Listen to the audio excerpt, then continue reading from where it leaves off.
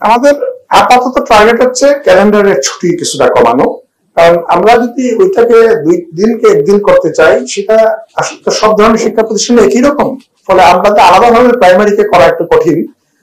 একটা শিক্ষকদের পক্ষ থেকে এক ধরনের দাবি আছে যে শিক্ষকরা হচ্ছে ভ্যাকেশন ডিপার্টমেন্ট, তারা নন ভ্যাকেশন হতে চায়। এটার সঙ্গে সরকারের আর্থিক এক ধরনের সংশ্লিষ্ট প্রসঙ্গ আছে, ফলে এই ধরনের একটা চিন্তা আছে, কিন্তু এই বিষয়ে আমরা সিদ্ধান্ত নিতে পারিনি। কিন্তু আমাদের ক্যালেন্ডারের যে ছুটিগুলো আছে সেই ক্ষেত্রে আমরা কিছুটা কমিয়ে, আমি বলবো আইডিয়াল উপায় ছাত্রকে অ্যাসেসমেন্ট করা হচ্ছে, এটা হচ্ছে ক্লাসের রেগুলার অ্যাসেসমেন্ট, একটা কুমুলেটিভ পরীক্ষা না। This is the ideal thing. কিন্তু আমরা তো আইডিয়াল ভাবে স্কুলগুলো চালাতে পারছি না, সেই জন্য আমাদের প্রয়োজন পড়ছে যে আমাদের একটা কুমুলেটিভ পরীক্ষা নেওয়া, শেষে একটা গিয়ে পরীক্ষা হবে, শেষে একটা পরীক্ষা হবে এমন। এবং আমাদের টোটাল সিস্টেমটা এইভাবে অ্যাকাস্টমড, আমাদের অভিভাবক, আমাদের শিক্ষক সবাই অ্যাকাস্টমড। সেই জন্য আমরা কিন্তু পরীক্ষাতে চলে আসলাম, যে পরীক্ষাকে বাদ দিয়ে দেওয়া হয়েছিল সেই পরীক্ষাতে চলে আসলাম। দেখলাম ওই পদ্ধতিটা আমাদের জন্য বুমেরাং হয়েছে। প্রথমত এটা গ্রহণ করেনি কেউ, দ্বিতীয়ত এইটা আমরা শুধু সরকারি প্রাথমিক বিদ্যালয়ে চালু করেছি, কিন্তু অন্য ঘরে চালু হয়নি। ফলে অভিভাবকরা আমাদের কাছ থেকে সন্তানদের নিয়ে চলে গেছেন নয়, ফলে আমরা আবার চালু করেছি, এটা পজিটিভ সাড়া পেয়েছি, এটা আশা করি ইতিবাচক ফল ফলবে। বৃত্তি পরীক্ষাটা আমাদের প্রথম চিন্তায় ছিল না, কিন্তু আমরা যেটা লক্ষ্য করলাম যে বেসরকারি প্রতিষ্ঠানগুলো ক্লাস 2 থেকেই বৃত্তি নেয় 5 পর্যন্ত, এবং তারা তাদের প্রচারের একটা বিষয় হিসেবে এটা করে নেয়, দেখো আমরা বৃত্তি নেই, প্রতি বছর বৃত্তি দিচ্ছি।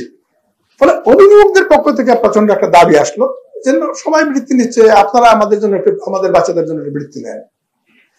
আমরা দেখলাম যে এতে এক ধরনের প্রতিযোগিতা হবে, যে ক্লাস স্কুল থেকে কয়েকজন ছাত্র হবে, সিলেক্টেড হবে, ফলে অভ্যন্তরীণ প্রতিযোগিতা হবে যে আমরা কাদের পাঠাতে পারি, এবং তারপরে স্কুলগুলোর মধ্যে প্রতিযোগিতা হবে একটা।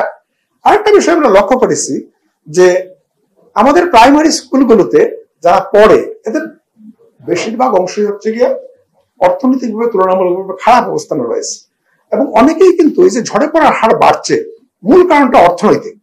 ফলে আমরা যদি বৃত্তির মাধ্যমে তাদের কিছু আর্থিক প্রণোদনা দিতে পারি, তাহলে হয়তো তাদের হাই স্কুলে পড়া চালিয়ে যাওয়াটা অনেকটা সহজ হবে। এইসব বিবেচনা থেকে আমরা বৃত্তি চালু করতে যাচ্ছি না। এইখানে প্রসঙ্গটা হচ্ছে যখনই প্রতিযোগিতামূলক প্রসঙ্গ আসে তখন তো একটা সিলেকশনের প্রসঙ্গ আসে। আমি বলছি সরকার, আমরা বলছি কিন্তু সরকারি প্রাথমিক বিদ্যালয়ে প্রাইমারি বৃত্তি পরীক্ষা বলছি আমরা। এখন কথাটা হচ্ছে আমরা আমাদের পরীক্ষাগুলো তো আমাদের মধ্যে সীমিত রাখছি, আমরা তো অন্য কারোর সঙ্গে কম্পেয়ার করছি না, বা সেজন্য ইনক্লুশনের প্রসঙ্গটা আসে না। আরেকটা প্রসঙ্গ আসে যেটা গতকালকেও আমি আমার একটা সেমিনারে বলেছি, যে আমাদের দেশের যেটা আইনগত অবস্থা, সরকারি অবস্থা, সেটা হচ্ছে আমাদের সংবিধান বলুন, যেটা আমাদের আলোচনাতে ইতিমধ্যে এসেছে, এবং আমাদের কিন্তু একটা বাধ্যতামূলক প্রাথমিক শিক্ষা আইন রয়েছে যেটা 1990 সালে পাস হয়েছে, যে সরকার প্রত্যেকটা শিশুর জন্যই একটা অবৈতনিক প্রাথমিক শিক্ষার ব্যবস্থা করবে, এবং অভিভাবক তার শিশুকে এটাতে পাঠাতে বাধ্য। এটা হচ্ছে বাধ্যতামূলক প্রাথমিক শিক্ষা, যেখানে আমরা সরকার কমিটেড এবং সরকারি প্রতিষ্ঠানগুলো ওপেন এই জন্য। ফলে আমরা মনে করি না এটা বৈষম্য হয়, কারণ সবাই আমার এখানে আসতে পারে এবং সেখানে অবৈতনিক শিক্ষা সে পাবে। প্রসঙ্গ বুঝতে পারে যে আপনার কি মান ঠিক রাখছেন, সেটা অবশ্যই একটা চ্যালেঞ্জ, এবং we are taking that challenge, আমরা করার চেষ্টা করব। এবং সব যদি এখানে পড়ে এসে, তাহলে আমি মনে করি যে সমাজের যারা নীতি নির্ধারণ করেন তাদের সন্তানরাও পড়বে এখানে, এবং তারা বরং আরো বেশি মনোযোগী হবে এই প্রতিষ্ঠানগুলো ভালো চলার জন্য।